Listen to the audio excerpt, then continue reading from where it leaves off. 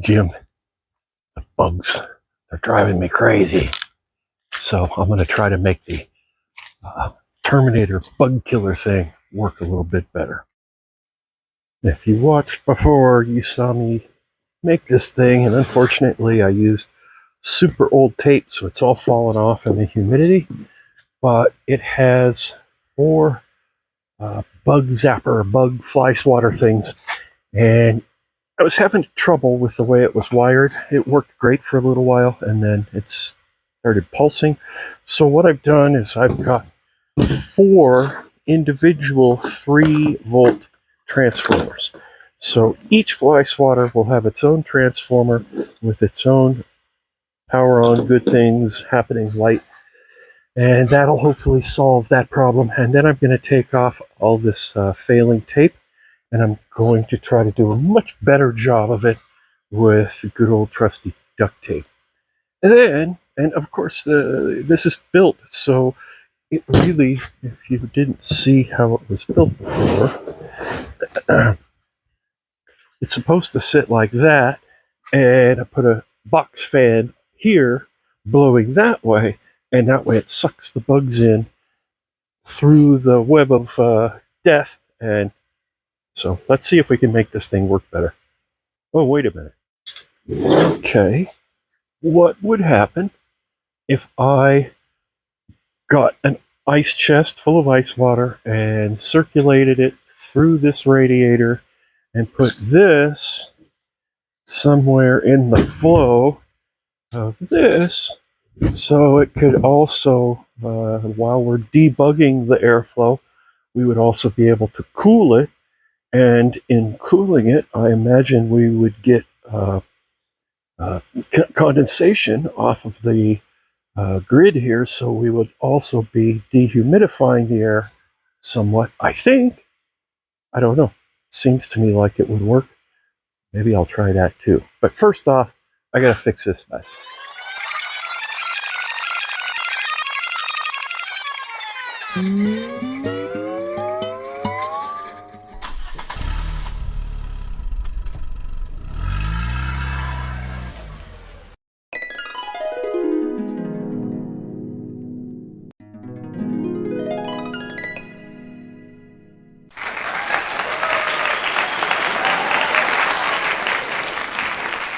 That seemed to solve the problem. 1 transformer, 1 fly swatter. Whoop. I don't know if you could just hear that, but it just popped. It has been catching stuff. I only have 3 out of the 4 energized right now because I ran out of places to plug in. I'll get the 4th one put together soon enough, but it's absolutely working. And now I'm thinking, somehow, I don't know, I don't want to mess up the airflow because there's a really good suction almost. Well, I guess it is suction at this end because, man, the bug gets even close. It goes, it sucked right in. So, but I do want to try and make this thing cooling. So I'm looking at this radiator I took out of the $200 Honda, and I got a little bit of little styrofoam peanuts got sucked into the fan, if you're hearing something. But then I'm thinking I could help airflow here if I used the original fans from the $200 Honda. So I'm going to be working on rigging that up, and I found a nice chest. So now I have to find a submersible pump and rig up some hoses, and we'll be in business. I left it on last night for a couple hours, and it just really killed tons of bugs. Although I see a yellow jacket in here right now, so I'm going to back away for the moment. But this thing worked great. So now I got to work on the cooling layer. So it looks like I can probably just zip tie this fan right back into position where it should be on this radiator. Looks like we got a little corrosion there, but hey, that's okay. I'm pretty sure these draw this way, so I guess the next step is going to be to dig up a 12 volt power supply and see if these fans work. I remember one of these does. This one's already been cut by the previous electrician who worked on the Honda. This is the one that got crazy wiring up to the switch on the dash. So I'm going to test to see if this other one works, and we'll be right back. Well, kind of looking for a 12-volt power supply. It says Jeep stuff, but up here, way up top there, I think right there is another radiator. Let me get that down. There we go. It is. And it says here that it's for a Honda or an Acura 1.7. Yeah, good. $40. Must have been from a yard sale. This seems entirely too nice for this project. I mean, brand new, but hey, who cares? I got it for free. So it's a little bit wider than we need. But that's okay. Anyway, back to my finding 12 volts to test this. The good news is, yeah, ooh, look out. They both work. So what I've done here, I've decided to make this as a separate unit. And you can butt it up in front of this if you want, but you don't have to. Until we see if it's, works, if it's worth anything. Oh, hear a bunch of stuff getting fried in the bug zapper. So as you can see, I left this in its original box, and it's got little styrofoam holders on the ends. It seems like a good way to go. I cut the front out, obviously, and then on this side, I strapped on the other one that I have with the fans that are going to pull the air through it this way. And I've just started working out a little bit of a drip pan for all of the, I'm assuming a bunch of condensation. So that's what I got so far. I have to go get some hose. And then I can hook all this up where we're running top to bottom. And I'm going to make it flow through one and then the other and then back to the ice chest. And then pop these on, and I'm assuming it's going to cool the air some. I have it pretty much all plumbed now. I used that white hose is like a bilge pump hose. And I just connected these two to each other because it looks like those were outlets to go elsewhere off of that. So what I'm going to do is I'm going to pump water in the white hose there. It'll come out the clear hose. It'll go around here and go in up there. And then it comes out the white hose here. And we'll go back down into this ice chest. I know I'm going to need a much bigger ice chest. I'm going to attach this box on the front here to act as sort of an exit duct. Then I'm going to take my little knife here and cut a hole. But really, I think the first order of business is going to be to start filling these things up with water and see how many leaks I have to address. My pump, I found a bunch of different pumps I had. So I have this one, which sort of seems about the same size as what the water pump maybe would have been in the I don't know. I just figured that the little bitty guys, like those little submersible ones, those were not going to be enough. So, and all I'm doing here is I'm just trying to see if this really works at all.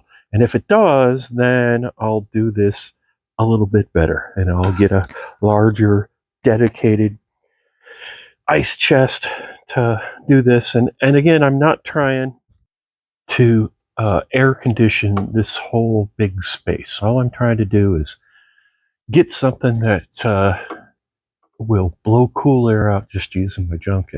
And then I'm thinking about turning a small space here behind me into kind of an enclosed little area that maybe I could then just air condition the small area with it. So we'll have to see how that goes. Meanwhile, I'm going to try the initial water test here once I get the final hookups done. That worked out pretty nicely. The system is relatively filled with water. I mean, you can see there's still air in the lines a little bit, but these lines are filled. I have a valve down at the ice chest on both ends, so I can turn them off so gravity doesn't siphon the liquid out of here. And now I think I'm going to just turn on the pump and see about circulating, because I don't have any leaks here that I've been able to find. Any liquid you see on the outside here is from spillage while I was filling it. Uh, uh, uh, spoke too soon. Got a leak right there. I have a different way of attaching the hose here, so let me fix that. That's going to be tricky. I'll have to disconnect it and then lift the hose up above while I repair it. Otherwise, all the water will drain out. Okay, I fixed it. I eliminated that valve. I don't really need it. And that pump was no good, so I ended up having to try out a different pump. I have it all ready to test out, and I'll show you that in a minute. But I was thinking about it, and you know, in order to make this make any sense at all, I need to validate this thing in a way that I can understand and compare it to other possible coolers. So in order to do that, we need to talk about ice and BTUs, British Thermal Units. So I'm going to test my cooler in a 12 by 12 room, which equals 144 square feet. The United States EPA recommends 20 BTUs per square foot. So that would mean I need 2,880. So if you went to a department store and you bought a window air conditioner that had, say, 3,000 BTUs, that would be enough to cool, or pretty okay cool, a 12 by 12 room with 2 occupants, according to the EPA. This is giving that it's got standard insulation and all that kind of stuff. Well, now we have to talk about ice. What BTU actually means, a BTU is the amount of energy that it takes to change the temperature of water 1 degree. And also, if you have 1 pound of ice and you want to melt it, and that your ice is at 32 degrees, it takes 144 BTUs to do that. So to convert 1 pound of ice to water, it takes 144 BTUs. 1 pint of water weighs just a bit more than 1 pound. So if I open up my freezer here, it can spell pound. If I open up my freezer here, and we see I've got some pints. Here's some that are, oh, they're not ice yet, but watch this. Boom, changed to ice just like that. Isn't that cool? Here, I'll do it again. Here's another one. These are super cool. They just need a shock. See the bubble in there? Now, yep, ice. I'm endlessly entertained by stuff like that. Here's another one. There it goes, dink. Anyway, let's get back to the ice I'm talking about here. So I have a bag of 24 of these frozen bottles, and they're slightly more than a pint. They are 16.9. So, and they're going to be colder than 32 degrees. So I'm going to say that each one of these bottles, for the sake of rounding, is going to take about 150 BTUs to turn back to water. It's probably going to be more than that because they're quite a bit colder than 32 degrees. But just for this experiment, I have 24 in this bag. So if my math is right, that would mean that if my cooler is able to melt all of those ice bottles and transfer all that coolness into the air of my 12 by 12 room, In 1 hour, it will be equivalent to a little more than 3,000 BTU air conditioner. So essentially, I'm going to be able to tell what the BTUs of my cooler are by how many of these bottles it can turn from ice to water in an hour. And I'm also going to test the temperature change from the inlet to the exhaust side. Well, I'll show you. Here, come on, let's have a look. Okay, one more. This guy right here. No? Okay, let me try it again. Oh, there, it just did it without me banging it. All right, let's see. There's one. This one right here. Oh, yeah. Here we go. Junk. This is our garden shed. 12 foot by 12 foot, no insulation. This is my cooler setup. And I have already put 24 bottles of ice in my water. My water started out at 68. It is now at 58. I don't think that's the most responsive thermometer in the world, but the water definitely is feeling cool. I have a submersible pump back there that all I have to do is plug in. I also have two thermometer hygrometers that are almost the same. They're off by a little bit. So I'm going to take one of those and I'm going to place it here in the exhaust fan of what will hopefully be cooled air. Let me close up the windows and get us ready. Okay, I have this indoor-outdoor thermometer. I reset the thing to get all the previous information out of it. That's why it has the wrong time and the wrong date. I didn't set those. But it does have the correct outdoor temperature and indoor temperature.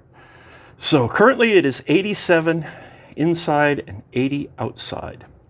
So I'm going to plug in my circulation pump. And away we go.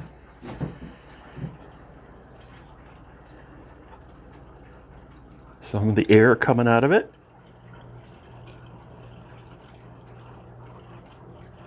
Still getting a bit of rust out of this old radiator.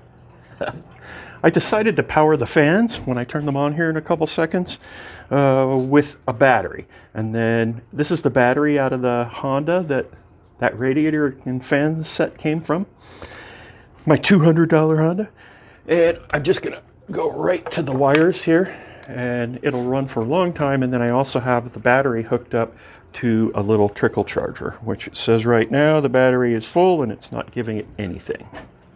The tank here is definitely cold to the touch. I don't really see any condensation on it yet, but it is certainly cold. And of course I started a timer when I kick this on, so we'll see what happens over the course of an hour. And I'm about to kick on the fans here. Now I do have this little box fan in here to keep the air stirred up and circulated, but everything else is closed up. So here we go. Oh, wow, that feels lovely. Okay, we can see the air temperature going in has now dropped down to 86.3, 86.1, 86.2. These are very quick responding thermometers. And then we look at the output side, and it's coming out, and it's still going down, 82.1, 82.0, so it's definitely 81.9. It's definitely cooling the air passing through it nicely. You may have also noticed that I'm not using an ice chest here, and I'm just using this plastic tub. And that's because the idea is to transfer the coldness of my ice bottles to the air of this room.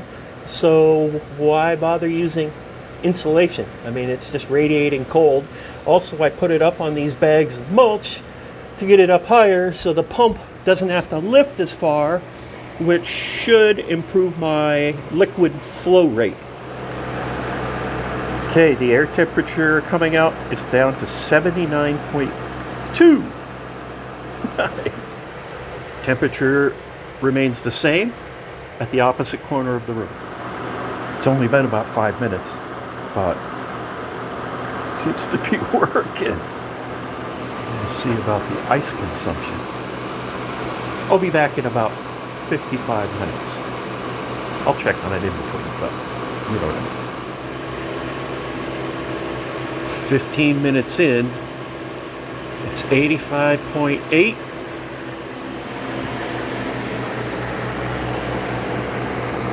And the air coming out is 75.2, so I'm getting a 10-degree drop going through this rig.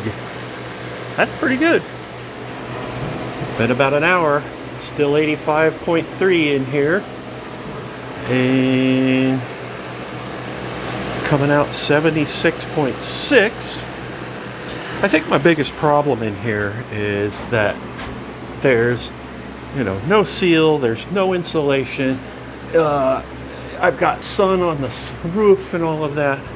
So here we've got 82 outside now, but it's gone down to 84 inside. It has thawed out every one of the bottles of water. So I built a 3,000, 4,000 BTU air cooler out of an old radiator. Is it the most efficient way? Yeah, no, probably not. Probably uses more electricity to freeze the water and then recover the coldness with the pump and it probably uses more electricity that way than actually just using a window air conditioner, I would imagine. But the novelty of it, that's what kind of makes me chuckle. So will I use this in my little office areas to blow cold air across me when it gets really hot? Yeah, I probably will. Would I use this to replace a regular air conditioner? No, probably not. But in a pinch, you could make it work. Assuming you had an enormous chest freezer, because, gosh, you'd have to have a case of water per hour to keep going at this rate or more. So you'd have to have, and how long does it take the freezer to freeze 24 bottles of water? It takes a while. So you'd have to have like 24 cases of water to circulate through the freezer at all times if you wanted to run this thing with any sort of continuousness. So not very practical, but it worked. As far as the Bug Blaster 3000 here, Bug Gobbler, I ended up having to replace 3 out of my 4 little brain units there. I had fried them while I was trying to fire this up all at once before, but now I can test them. There, we got a live one. Yeah, so all 4 of them are working. I'm going to leave it running for a while and see how many bugs I get. I also doubled up my fans.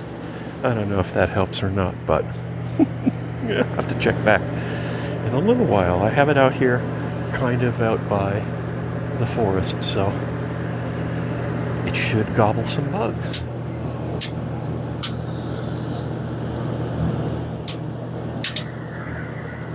It smells like burning hair. I think the problem now is going to be trying to keep these grids clean because they are clogged up. It's always something. My bug catcher works too good, so now it's all clogged up with dead bugs. But I could think of worse problems to have. So my cooler, yeah, not that great of an idea. It's just kind of fun, thought experiment. But my bug killer, that was great. Now I have to work on my Ford truck. Thanks for watching.